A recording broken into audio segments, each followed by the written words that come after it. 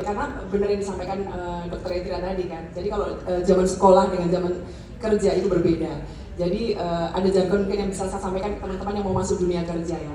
There are always 1,000 reasons for a loser, but only one thing, one reason for to be a winner. So you guys find your reason, please. Keren sekali Boy.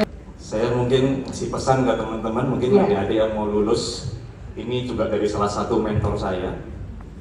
Ada dua hal yang harus kita kuasai, ini simple sebenarnya, hard skill dan soft skill. Kenapa ini penting? Saya pernah diinfo sama mentor saya, Gus gitu ya, atau saya panggilnya Gus ya, jangan sampai Gus, kamu pinter, tapi soft skillmu rendah. Dalam arti bagaimana? Kamu nggak bisa nyari jejaring.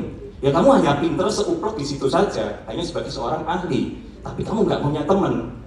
Dan kalau kita misalkan di dunia kerja, misalkan saya gitu ya, sebagai MVP, diminta untuk mencari supervisor misalkan, pasti saya akan mencari yang saya kenal dulu.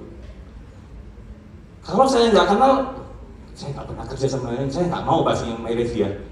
Jadi jejaring itu sangat penting, soft skill sangat penting. Nah, jangan kebalik, soft skillnya bagus, hard skillnya mohon maaf, ceketek di bawah aja. Oh, bagus nih, speak up-nya bagus, bisa ngobrol, bisa nyambung, tapi begitu diajak ngomong teknis, no-botol nggak ngerti gitu kan. Nah, itu akhirnya susah juga. Jadi teman-teman, mumpung masih kuliah, mumpung masih di UC, perkuat hard skill-nya, perkuat soft skill-nya, karena itu dipakai di dunia kerja. IPK, terus terang, hanya di awal saja. Screening awal saja. Setelah itu ada psikotes, ada wawancara, soft skill bermain. Gimana sih kita mempengaruhi seorang narasumber dan lain-lain, kita harus bisa mendrive mereka. Nah, itu mungkin nggak ada di pelajaran deh, Prof, tapi itu pengalaman. Mungkin itu dari saya, terima kasih. Masuk korporasi itu yang paling penting adalah attitude sama tahu diri. Itu sih, kita tahu menempatkan kamu ini siapa, supaya kita ini nggak salah langkah seperti itu aja dari saya.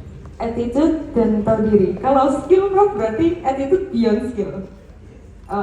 Attitude above skill ya teman-teman. Jadi di atasnya skill itu kita masih perlu attitude. Yes. Oke, next Bu Maya.